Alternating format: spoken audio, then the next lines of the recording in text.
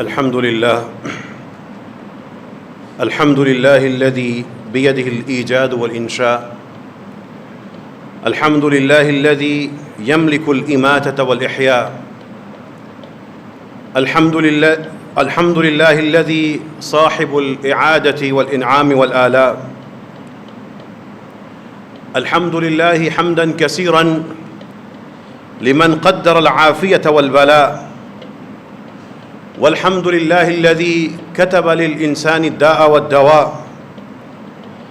والحمد لله الذي خلق آدم وخلق بني آدم وجعلت من أجله الأشياء، وبث من نسل آدم الرجال والنساء، فمنهم العالم الذاكر ومنهم الجاهل النساء، وأكثرهم الغافلون وأقلهم الألباء. أعوذ بالله من الشيطان الرجيم. بسم الله الرحمن الرحيم. إنما يخشى الله من عباده العلماء. إنما يخشى الله من عباده العلماء. وقال ربنا جل وعلا: وأن ليس للإنسان إلا ما سعى وأن سعيه سوف يرى ثم يجزاه الجزاء الأوفى. صدق الله العظيم. اللهم صل وسلم وبارك على نبينا محمد الحبيب المصطفى، خير من صلى وبلغ ودعا، وعلى آله وأصحابه وأزواجه ومن تبعه بإحسان واهتدى. قرآن کی 4 آیات کو اکٹھا لکھ لیں اور ان کا نچوڑ نکالیے. اس نچوڑ میں ایک ایسی کیفیت یا ایک ایسا گناہ یا ایک ایسی حالت سامنے آئے گی جو سنگین ہے، دوزخ تک لے جاتی ہے، اللہ کی رحمت سے محروم کرتی ہے، اور قرآن میں اس کا بار بار ذکر ہے، لیکن بالعموم ہم اس کو سنگین نہیں سمجھتے. شرک کی بات ہو تو مسلمان کو پتہ ہوتا ہے کہ بہت بڑا بلکہ سب سے بڑا شرک گناہ ہے. چوری کی بات ہو، خیانت کی بات ہو،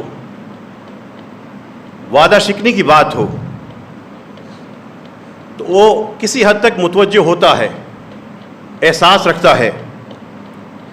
لیکن یہ جو کیفیت ہے، اس میں اللہ تعالیٰ کے بقول اور اللہ سے زیادہ سچا کون ہو سکتا ہے؟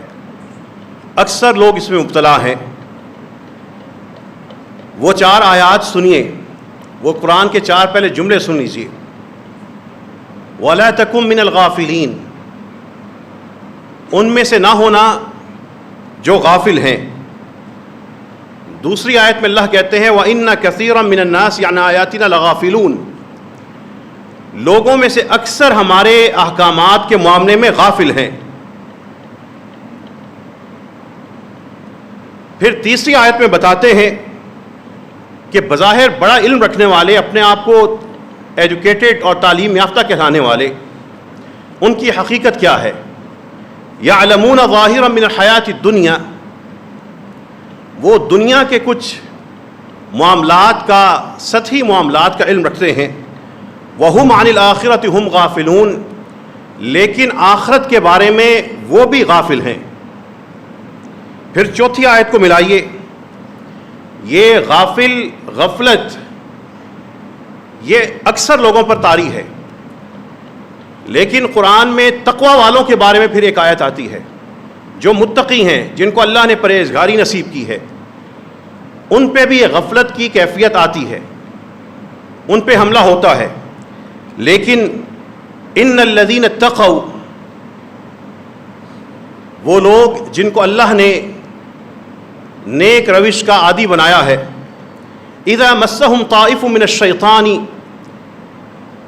تذکروا فاذا هم مبصرون، ان نیک روش کے لوگوں پر جب شیطان کی طرف سے حملہ ہوتا ہے، شیطان آ کے ان کو جکڑنے کی یا حملہ کرنے کی کوشش کرتا ہے، تذکروا، وہ غفلت کی حالت سے نکل کر فوراً یاد اور ذکر کی حالت میں واپس آتے ہیں، فَإِذَا هُمْ مُبْصِرُونَ، تو ان کی نگاہیں کام کرنا شروع کر دیتی ہیں، ان کو حقائق ان سے اوجھل نہیں ہوتے۔ ایک سنگین بات سمجھ لیجئے، ایک ہے حالت کفر، بندہ کافر ہو، اسلام کو مانتا ہی نہ ہو، اللہ کا اقرار نہ کرتا ہو، رسالت محمدی پر ایمان نہ رکھتا ہو، وہ کافر ہے۔ ایک ہے حالت ایمان یا حالت اسلام، اس نے اللہ کو رب مان لیا، نبی اکرم صلی اللہ علیہ وسلم کو رسول مان لیا، اسلام کے احکامات کو تسلیم کر لیا، اب وہ ہے تو مسلمان، لیکن قرآن کی آیات کی روشنی میں ایک تیسری کیفیت کو سمجھیے، بطور خاص ان لوگوں کے لیے سمجھیے جو گناہ کبیرہ کا کھلا ارتکاب کر رہے ہوتے ہیں، جو اسلامی تعلیمات کے خلاف سر عام عمل کرتے ہیں، جو اسلام کے فرائض کی پابندی کو ایک مذاق بناتے ہیں۔ ان سے جب کہا جاتا ہے کہ یہ اپنا اس معاملہ ٹھیک کر لیں، تو وہ کہتے ہیں کہ ہم مسلمان ہیں، یہ ہمارا رب کا معاملہ ہے۔ یہ شیطانی جملہ ان کو اصل میں حق کی محبت میں نہیں بلکہ اپنے گناہ پر پردہ ڈالنے اور اپنے آپ کو مطمئن قرار دینے کے لیے یہ جملہ ان کے کام آتا ہے۔ ایک طرف ہے حالت کفر، ایک طرف ہے حالت اسلام۔ حالت اسلام میں داخل ہونے والے لوگوں پر اور اللہ کی کتاب کے بقول اکثر لوگوں پر ایک تیسری حالت طاری ہوتی ہے، وہ حالت درمیان میں ہے، غفلت کی حالت۔ جو چیزیں ایک مسلمان کو بھی دوزخ میں لے جانے کا باعث بنے گی، ان میں قرآن میں جس کا بار بار تذکرہ ہے وہ ہے غفلت، غافل ہونا، اسلام کے احکامات پہنچ جانا، لیکن ان کے بارے میں اس حد تک بے توجہ ہونا کہ گویا کہ وہ اس کو سمجھتا مانتا ہی نہیں۔ یہ اسلام اور کفر کے درمیان جو حالت غفلت کی ہے، ہماری اکثریت اس غفلت کا شکار ہے۔ عن آیاتنا غافلون، اللہ کہتے ہیں ہمارے احکامات کے بارے میں غافل ہیں۔ ہمارے احکامات کے بارے میں غافل کون ہوگا؟ جس کو پہنچے ہوں گے، جس کو بتایا گیا ہوگا کہ یہ حرام ہے، یہ حلال ہے، یہ گناہ ہے، یہ صحیح ہے، یہ غلط ہے، پھر وہ اس کے بارے میں احساس نہیں رکھتا ہوگا۔ وہ اپنے مفاد کے لیے، اپنی جیب کے لیے، اپنی کرنسی کے لیے، اپنی تنخواہ کے لیے وہ ایک ایک پائی کا حساب رکھتا ہوگا، لیکن اللہ کے احکامات کے بارے میں اس کا کوئی ذوق شوق ہی نہیں ہوگا، بلکہ ان کو بوجھل سمجھے گا۔ یہ جو علماء کرام اور اللہ والے اہل اسلام کو بار بار ڈراتے ہیں کہ یہ جو کام کر رہے ہو تمہیں دوزخ کی طرف لے جانے کا باعث بنے گا، اور آگے سے وہ کہہ دیتا ہے کہ میں تو کلمہ پڑھتا ہوں۔ کلمہ پڑھنے والا قرآن کی آیت بھی پڑھ لے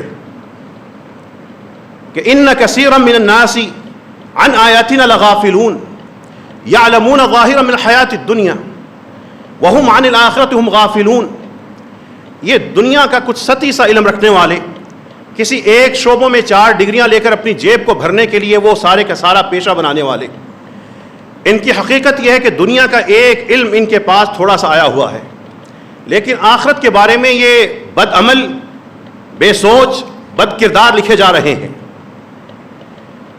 وہ جو علماء کرام بار بار تنبیہ کرتے ہیں، اور بطور خاص نبی کریم صلی اللہ علیہ وسلم بھی جمعے کے خطبے میں تنبیہ کیا کرتے تھے، اور جمعے کا دن اور یہ خطبہ اسی لیے مقرر کیا گیا ہے کہ اس کیفیت سے لوگوں کو نکال کر، غفلت کی کیفیت سے نکال کر، فذکر، ان کو اصل پیغام یاد کروا دیا جائے، ان کو یاد کروایا جائے۔ وَأَن لَيْسَ لِلْإِنسَانِ إِلَّا مَا سَعَى، جو بھی آگے جا کے معاملہ ہونا ہے وہ اپنی کارکردگی کی بنیاد پر ہے۔ وَأَنَّ سَعْيَهُ سَوْفَ يُرَى، ہر انسان کی کارکردگی کو جانچا پرکھا جائے گا۔ ثُمَّ يُجْزَاهُ الْجَزَاءَ الْأَوْفَى، وہاں پہ پورے کا پورا بدلہ ملے گا۔ لیکن دنیا کی رنگینیاں، یہ حساب سب سے پہلے جہاں پر حملہ کرتے ہیں وہ انسان کا سب سے مرکزی وہ حصہ ہے جہاں سے سارے کا سارا جسم کنٹرول ہوتا ہے، اس کا نظام چلتا ہے، دین کا اور ایمان کا نظام چلتا ہے۔ اگر اس دل میں، اس حصے میں یہ نیت ہو کہ میں نے آج یہ پرفیوم لگا کے مسجد جانا ہے، اس لیے جانا ہے کہ میرے ارد گرد بیٹھے ہوئے لوگوں کو خوشبو آئے گی، خلق خدا کو راحت ملے گی، مجھے ثواب ملے گا، اور یہ سنت ہے، اس دل کے اس عمل سے اس کو ثواب ملے گا۔ لیکن اگر وہی دل یہ سوچ لے کہ میں یہ ظاہر کرنا چاہوں گا میرے دوستوں کے سامنے کہ یہ بڑا شاندار اور مہنگا پرفیوم ہے، اپنا آپ تکبر میں جا کے وہ سوچنا شروع کر دے، اس نے پرفیوم ایک ہی لگایا تھا، قیمت ایک تھی، بندہ ایک تھا، لیکن مرکزی مقام میں یہاں پر جو دنیا میں ہلچل تھی وہ اور تھی، ایک طرف للہیت تھی، دوسری طرف دنیا داری تھی۔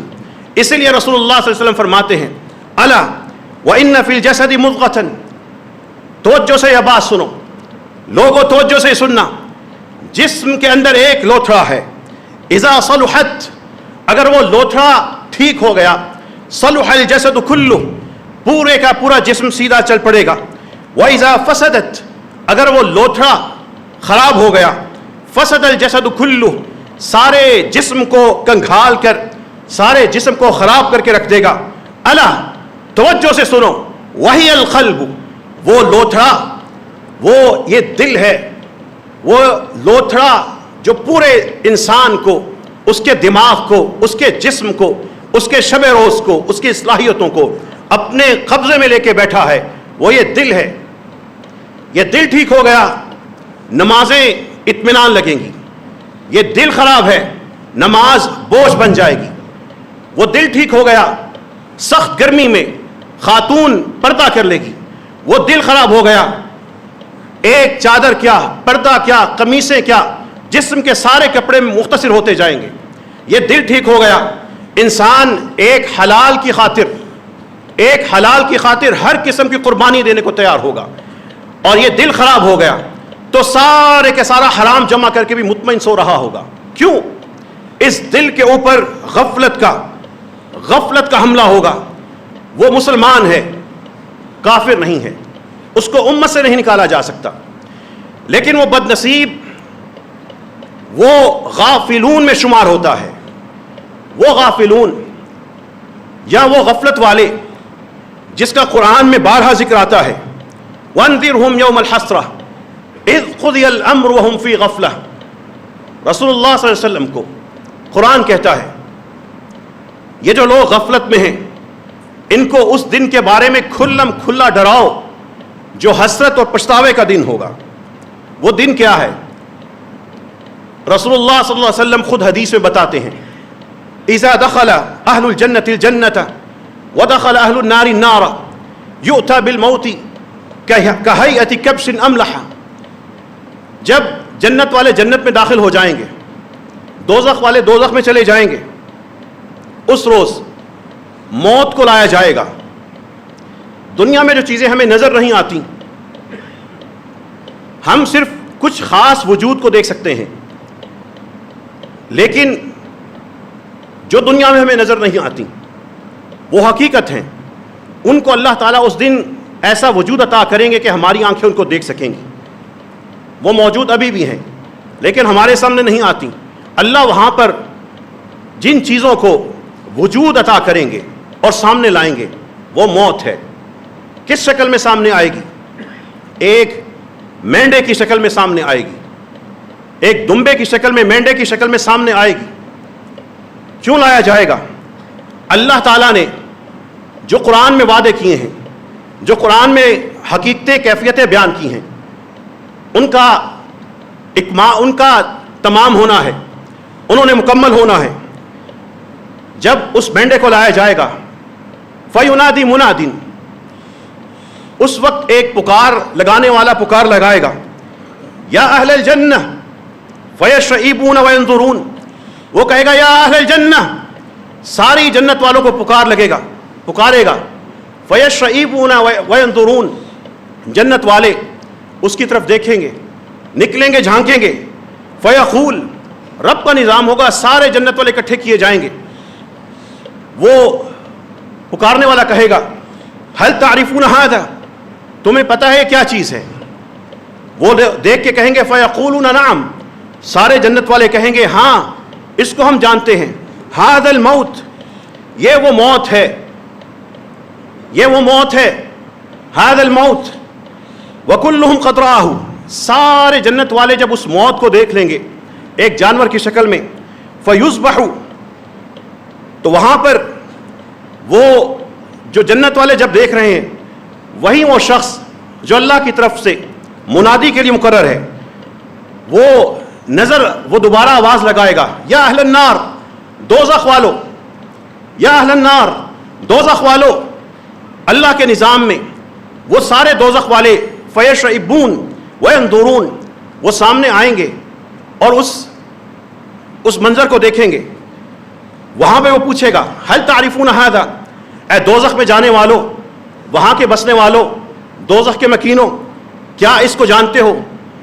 وہ سارے کے سارے کہیں گے هذا الموت وكلهم قد رآه، ہاں یہ موت ہے، دوزخ والوں نے بھی دنیا میں موت تو دیکھی تھی، اب وہاں پر جب جنت والے اور دوزخ والے اکٹھے ہو گئے کوئی انسان نہیں بچا ہوگا۔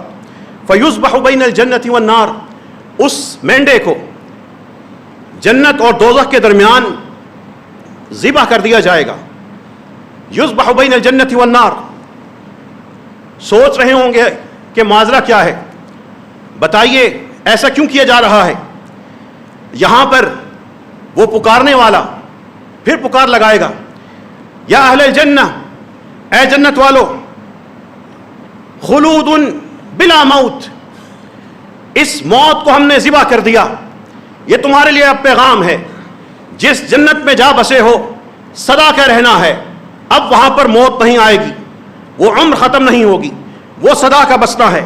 وَيَا أَهْلَ النَّارِ، اے دوزخ والو، خلود بلا موت، جہاں جس آگ میں تمہیں بسا دیا گیا ہے یہاں پر اب موت کو ذبح کر دیا گیا ہے، یہاں پہ رہنا تمہارا سدا ہے، ہمیشہ کا ہے، بلا موت، موت مانگو گے بھی تو نہیں ملے گی۔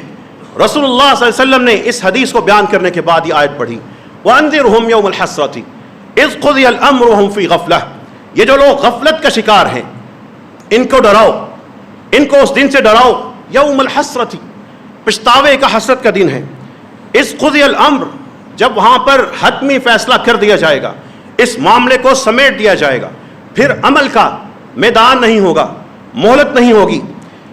اب فلولا، علماء کرام بیان کرتے ہیں اللہ تعالیٰ نے اس موت کو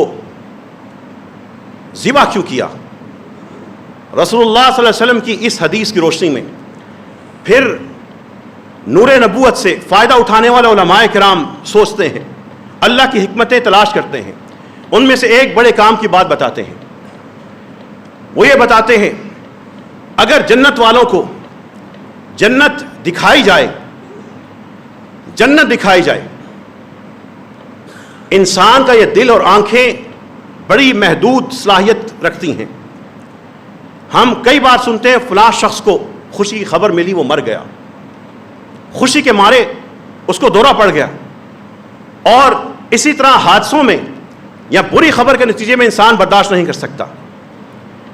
علماء کرام کہتے ہیں ان لوگوں کو جن کو جنت نصیب ہونی ہے، اور اللہ آپ سب کو اور ہم سب کو اس میں شامل فرما دے، اللہ تعالیٰ اگر جنت دکھا دیتے، خوشی کے مارے انسان مرنا شروع ہو جاتے، اور دوزخ والوں کو جب نظر آتا یہ آگ جو دور سے چنگھاڑ رہی ہے، دور سے بلا رہی ہے، دور سے اس کے شعلے آوازیں دیتے ہیں، وہ منظر انسان دیکھتا مر جاتا غم کے مارے۔ اللہ تعالیٰ نے وہ مرنے کا سلسلہ ہی ختم کر دیا، وہ مرنے کا سلسلہ ختم، موت کو اللہ تعالیٰ نے ختم کر دیا۔ جب موت کو ختم کر دیا تو جو اپنے عمل کی بنیاد پہ جنت میں گیا وہ سدا رہے گا، اور جو اپنے عمل کی بنیاد پر دوزخ میں گیا وہ بھی سدا رہے گا۔ اسلام اور کفر کے درمیان تیسری حالت ہے، قرآن بار بار کہتا ہے، وہ غفلت کی حالت ہے۔ ہمارے مسلمان بھائی جو نماز نہ پڑھتے ہوں، حرام کماتے ہوں، سود کا کاروبار کرتے ہوں، سارے گناہوں کو اپنے گھر میں کھلی اجازت دی ہو، ہم ان کو کافر نہیں کہہ سکتے۔ ان کی حالت محسوس کرتے ہیں وہ غفلت میں ہے، اور غفلت کے نتیجے میں انسان کے ساتھ ہوتا کیا ہے؟ غفلت کے نتیجے میں نماز کو چھوڑ رہا ہے، غفلت کے نتیجے میں زکوٰۃ کی پرواہ نہیں، غفلت کے نتیجے میں حلال حرام سب سمیٹ رہا ہے، غفلت کے نتیجے میں رشتہ داروں سے قطع رحمی کر رہا ہے۔ اسی غفلت کے نتیجے میں اس سے کچھ ایسے کام ہوتے ہیں کہ رسول اللہ صلی اللہ علیہ وسلم اس کے برے انجام کا بتا کر گئے ہیں۔ ان میں سے ایک کیا ہے؟ ثلاثۃ لا يدخلون الجنہ، تین ایسے بندے ہیں جنت میں داخل نہیں ہو سکتے۔ وہ کافر نہیں ہیں مسلمان، لیکن جنت میں داخل نہیں ہو سکتے۔ العاق لوالدیہ، ماں باپ کا نافرمان، ماں باپ کا نافرمان اللہ کے رسول صلی اللہ علیہ وسلم بتا گئے کہ جنت میں نہیں جائے گا۔ اب وہ کافر نہیں ہے، ہم اس کو کافر نہیں کہہ سکتے، لیکن اللہ کے رسول صلی اللہ علیہ وسلم بتا گئے ہیں کہ وہ جنت میں نہیں جائے گا۔ جب اللہ کے رسول اس کو یہ کہہ گئے ہیں، ہے کوئی دنیا کی جماعت یا گروہ جو اس کو جنت میں داخل کر کے دکھائے؟ وہ جنت میں کیوں داخل نہیں ہو سکتا؟ کافر تو نہیں ہے، مسلمان۔ اس لیے کہ قرآن کی آیات کی روشنی میں کفر اور اسلام کے درمیان تیسری حالت ہے۔ لوگوں، ہماری اکثریت اس کا شکار ہے۔ بظاہر وہ اسلام کا دعویٰ کر کے دوسرے کو چپ کرا دیتے ہیں کہ ہم جو مرضی کریں، لیکن اللہ کے رسول صلی اللہ علیہ وسلم کے احادیث اور قرآن کی آیتوں کی روشنی میں وہ غفلت کا شکار ہیں، وہ غافل ہیں۔ قرآن کہتا ہے ایسا کوئی دائیں بائیں دوست ہو، ساتھی ہو، کولیگ ہو، افسر ہو، ماتحت ہو، رشتہ دار ہو، پڑوسی ہو، بھائی ہو، رشتہ دار ہو، کوئی بھی ہو، ایسے لوگوں کے ساتھ وَلَا تُطِعْ مَنْ أَغْفَلْنَا قَلْبَهُ عَنْ ذِكْرِنَا، ایسے شخص کی بات کبھی نہ ماننا جس کے دل کو ہم نے اپنے ذکر سے غافل کر دیا ہے۔ وَاتَّبَعَ هَوَاهُ، وہ بندہ اپنی خواہشات کے پیچھے پیچھے جا رہا ہے۔ وَكَانَ أَمْرُهُ فُرُطًا، اس کا معاملہ روز بروز بڑھتا ہی جا رہا ہے۔ پھر قرآن کہتا ہے وَلَا تَكُونُوا كَالَّذِينَ نَسُوا اللَّهَ فَأَنسَاهُمْ أَنفُسَهُمْ، ان لوگوں جیسے نہ ہونا جنہوں نے اللہ کو فراموش کر دیا، اللہ نے ان کو پھر ان کے پیشے میں ایسا ڈالا۔ فَأَنسَاهُمْ أَنفُسَهُمْ، اللہ نے ان کو اپنا آپ بھلا دیا، وہ اپنے آپ کو دوزخ سے بچانے کے لیے محنت نہیں کر رہے۔ اللہ نے ان کو ایسا دور کیا، اپنی اولادوں کو اپنے ہاتھوں سے بہترین فیسیں دے کر ایسے اداروں میں بھیجتے ہیں جہاں پہ لڑکے اور لڑکی کی دوستی عام ہے، لیکن معاشرے کا خیال ہے، اپنے بیٹے اور بیٹی کی عزت اور حرمت کا اور آخرت کا خیال نہیں ہے۔ فَأَنسَاهُمْ أَنفُسَهُمْ، اللہ نے ان کو ان کا اپنا بھلا دیا۔ أُولَئِكَ هُمُ الْفَاسِقُونَ، یہی تو وہ لوگ ہیں جو فاسق ہیں۔ کسی نے دیکھنا ہو فاسق کیا ہے، یہی تو وہ لوگ ہیں۔ وَاذْكُرْ رَبَّكَ فِي نَفْسِكَ تَضَرُّعًا وَخِفْيَةً، اللہ تعالیٰ کی اس خطرناک بیان کردہ کیفیتوں میں سے نکلنے کے لیے سب سے بڑی چیز کیا ہے؟ وہ ذکر ہے۔ اللہ تعالیٰ انسان کو یہ بتا رہے ہیں دوستی، رشتہ داری، کولیگ اور یہ سارے کے سارے تعلق کیسے بنائیں گے۔ وَاصْبِرْ نَفْسَكَ مَعَ الَّذِينَ يَدْعُونَ رَبَّهُمْ بِالْغَدَاةِ وَالْعَشِيِّ، اس کیفیت سے بچنا چاہتے ہو، اپنا آپ پختگی کے ساتھ جوڑی رکھو ان لوگوں کے ساتھ جو اپنے رب کا صبح و شام ذکر کرتے ہیں، ان نمازیوں کے ساتھ، ان دینداروں کے ساتھ، کسی مسلک کے ہیں، اوپر تھوڑا بہت ہاتھ کرتے ہیں، ان کو دوست بنا لو، نماز پڑھتے ہیں تمہیں نمازی بنا دیں گے، جو ڈرامے دیکھتے ہیں، جو بے نماز ہیں، جو حرام کام کرتے ہیں وہ تمہیں اسی طرح کا بنا دیں گے. ان لوگوں کی کیفیت کیا ہے؟ یریدون وجہہ، ان لوگوں کو اپنا ساتھی بنا لو جو اس رب کا نور، اس کا چہرہ چاہتے ہیں. ولا تعد عیناک عنہم، ان نیک لوگوں سے ہٹ کے تمہاری آنکھیں ادھر سے ادھر نہ ہوں. ولا تعد عیناک عنہم ترید زینت الحیات الدنیا، کہ تم دنیا کی زینت کے پیچھے اس اچھی جماعت کو چھوڑ کر ادھر ادھر چلے جاؤ. وقد نزل علیکم، اللہ تعالیٰ نے وقد نزل علیکم فی الکتاب، اللہ تعالیٰ نے کتاب میں یہ فرمان اتارا ہے، ان اذا سمعتم آیات اللہ یکفر بها ویستہزأ بها، لوگو اللہ تعالیٰ نے اس کتاب میں یہ بات اتاری ہے کہ جب تم اللہ کی آیات کو سنو گے، اذا سمعتم آیات اللہ، اللہ کے احکامات کو سنو گے، یکفر بها ویستہزأ بها، تمہارے سامنے ان آیات کا انکار کیا جا رہا ہوگا، ان کا مذاق اڑایا جا رہا ہوگا، تمہارے سامنے ایسا ہوگا. کیا کریں پھر؟ معاشرہ ہے، حکومت ہے، بیوروکریسی میں ایسے لوگ ہیں، اداروں میں ایسے لوگ ہیں جنہوں نے دین کو گالی بنانے کی کوشش کی ہے، جنہوں نے دین داروں کو بدنام کرنے کی کوشش کی ہے. پھر کیا کرے اللہ تعالیٰ کہتے ہیں فلا تقعدوا معهم، ان لوگوں کے ساتھ بیٹھنا بھی نہیں جب وہ ایسی بات کر رہے ہوں. دفتر میں پردے کا مذاق اڑایا جا رہا ہے، عالم دین کی عزت اچھالی جا رہی ہے، آپس میں فرقہ واریت کا ماحول بنایا جا رہا ہے. یہ فرقہ واریت والے سب سے بڑے ازدہے ہوتے ہیں جو دین کی عمارت پہ حملہ کرتے ہیں، انسان کو ڈستے ہیں. فلا تقعدوا معهم، ان کے ساتھ بیٹھنا بھی نہیں. ہمارا کیا حال ہے؟ ہم ایسے ٹاک شوز مزے سے سن رہے ہوتے ہیں، ہم ایسے ٹاک شوز کو گھنٹوں سنتے ہیں، ان کا پھر کچھ نہ کچھ اثر لے لیتے ہیں. یہ اللہ تعالیٰ کی کتاب میں 3 حالتیں ہیں. ایک کفر کی، اس میں مشرک بھی آتے ہیں، باقی بھی آ جاتے ہیں.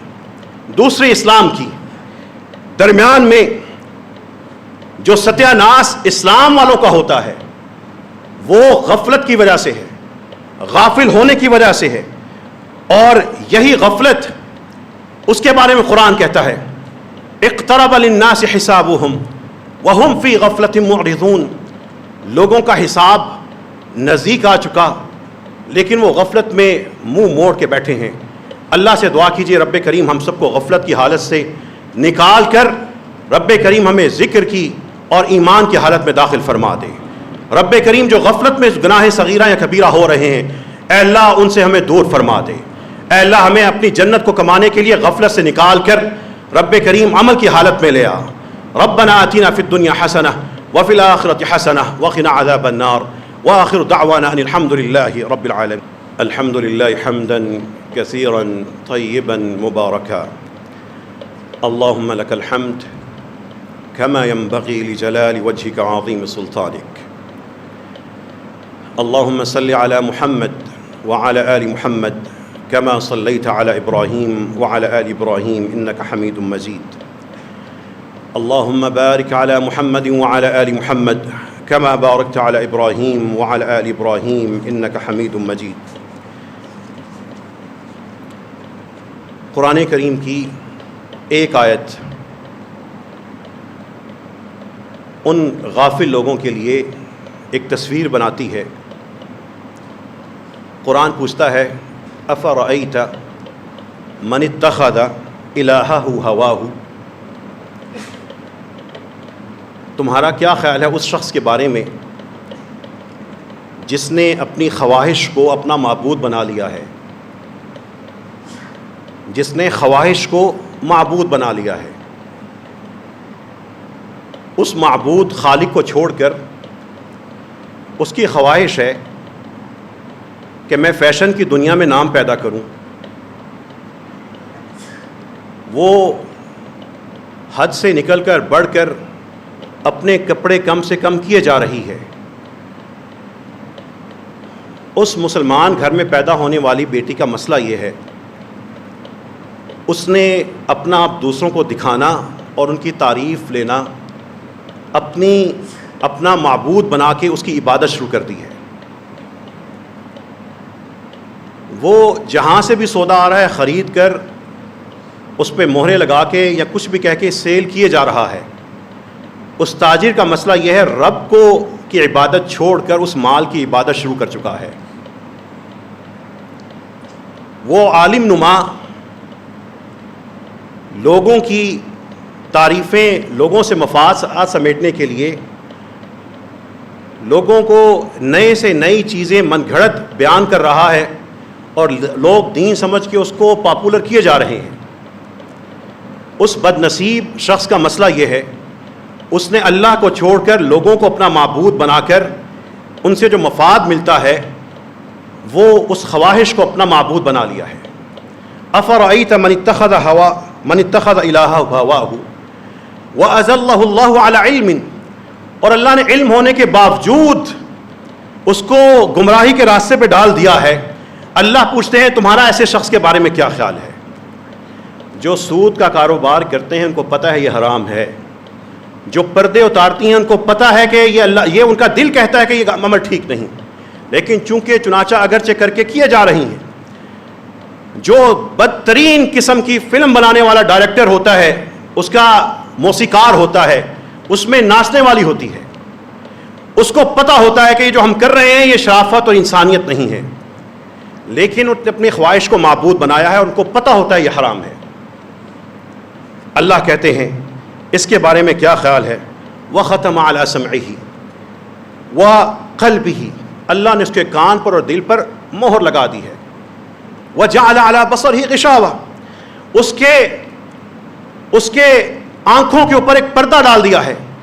فَمَن يَهْدِهِ مِن بَعْدِ اللَّهِ، اس کو اللہ کے بعد اللہ کی بات سن کے بھی ہدایت نہیں آتی تو بتاؤ اس کو کوئی کون ہدایت دے سکتا ہے؟ فَمَن يَهْدِهِ مِن بَعْدِ اللَّهِ، اللہ کے بعد پھر اس کو کون ہدایت دے سکتا ہے؟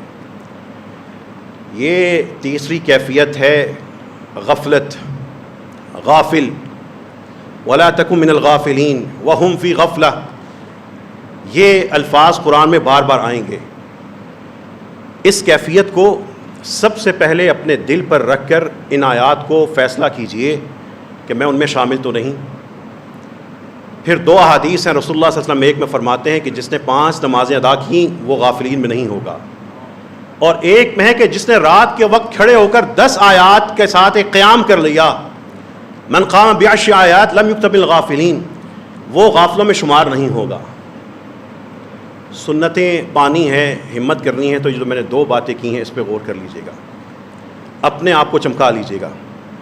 گھروں میں جا کر جو میوزک لگاتے ہیں، ڈرامے لگاتے ہیں، اور اونچی آواز آج کر لینا، اپنی بیٹیوں کو اور بڑی اسکرین پہ ڈرامے دکھا دینا، لیکن بچوں کے چہروں کی طرف دیکھ کے یہ سوچنا کہ جب یہ کام کر رہے ہیں ان میں غفلت کا بیج بو رہا ہوں یا میں ان کو اللہ کے قریب کر رہا ہوں. جہاں کو ایجوکیشن ہے، نہ چاہتے ہوئے بھی بچیاں دوستی لگانے پہ مجبور ہوتی ہیں، بیٹے راستوں سے ہٹ جاتے ہیں، وہاں پر اپنی بیٹے کا لباس اور کم کر کے بھیج دینا. چھوڑو مسجدوں کی باتیں، مولویوں کی باتیں، لیکن قرآن کی اس آیت کو ایک طرف اور اپنے بیٹے اور دوزخ کی تصویر کو ایک طرف رکھ کے سوچنا کہ گھر کو میں نے غفلت میں رکھا ہے، میں جگا رہا ہوں. جب سارا دفتر بیٹھا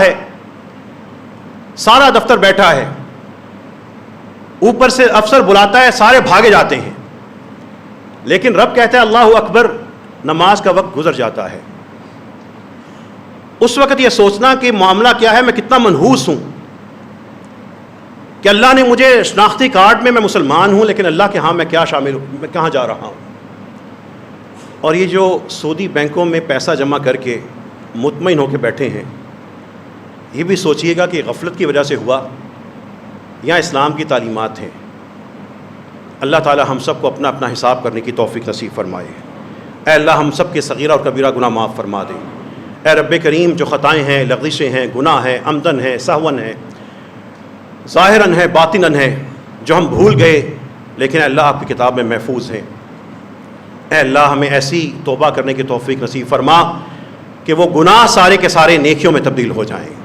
وہ سچی توبہ نصیب فرما، وہ سچا استغفار نصیب فرما کہ رب کریم ہم اپنی گناہوں کو مٹانے کے قابل ہو جائیں. اے اللہ اپنی رحمت سے ہمیں نیکیوں کی توفیق نصیب فرما، ہمیں اعمال صالحہ کی اے اللہ توفیق نصیب فرما، ہمیں غفلت کی کیفیتوں سے نکال دے، اے اللہ ہمیں غفلت کی کیفیتوں سے بچا کے رکھنا، اے اللہ ہمیں ایمان کی تقوی کی حالت پر اے اللہ آخری سانس تک اے اللہ قائم رکھنا۔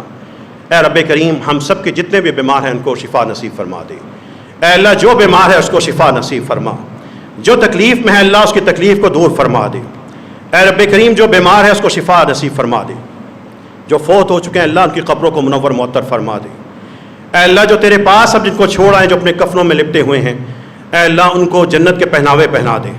اے رب کریم یہاں پر موجود ہر شخص کے ماں باپ کو، اولادوں کو، رشتہ داروں کو رب کریم اپنی رحمت، اپنی عافیت اور سلامتی نصیب فرما دے۔ اے اللہ ہمیں امتی بن کر اپنے باقی امتیوں کی مدد کرنے کی توفیق نصیب فرما۔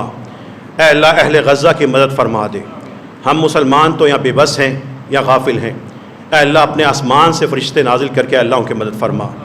وہ بیٹیاں، وہ مائیں، وہ بہنیں، وہ بیٹے، وہ معصوم بچے جو ذبح ہو رہے ہیں، روزانہ سینکڑوں کی تعداد میں ذبح ہو رہے ہیں، اے اللہ اب تو ہمیں اس جرم کی سنگینی کا احساس بھی نہیں ہوتا، یا اللہ ہم مسلمانوں کو اس ذلت سے نکال کر، اس زوال سے نکال کے اللہ عروج کی طرف واپس جانے والی امت بنا دے۔ اے اللہ جو حکمران ہمارے مسلمانوں کی مدد کرنا چاہتے ہیں لیکن بے بس ہیں، ان کو گھیرا گیا ہے، اے رب کریم ان کو شاندار غلبہ نصیب فرما، اور جو حکمرانوں میں رب کریم کافروں کے ایجنٹ ہیں اللہ ان کو برباد فرما دے، ہم سے دور فرما دے، ایسے حکومتوں کو، ایسی پارٹیوں کو، ایسی جماعتوں کو، ایسے لیڈروں کو، ایسے ٹھنڈا کرنے والے، سلا دینے والے ایسے وائزوں کو بھی اللہ ہم سے دور فرما دے۔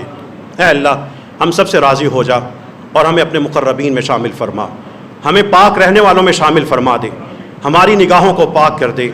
رب کریم ہم نماز کے لیے وضو کرتے ہیں، اے اللہ ہماری نگاہوں کا بھی وضو فرما دے، اے اللہ ہمارے کانوں کو، ہمارے دلوں کو، ہمارے ہاتھوں کو، نگاہوں کو، سوچوں کو، سیرتوں کو اللہ پاک فرما دے۔ ہمارے گھروں میں جو گناہ کبیرہ ہو رہے ہیں، ہماری اپنی حکومت میں ہوتے ہیں، ہم ہی گھروں کے حاکم ہیں، اپنی سرپرستی میں ہوتے ہیں، اللہ اس نحوست کو ہمیں دور کرنے کی توفیق نصیب فرما۔ وآخر دعوانا ان الحمد للہ رب العالمین۔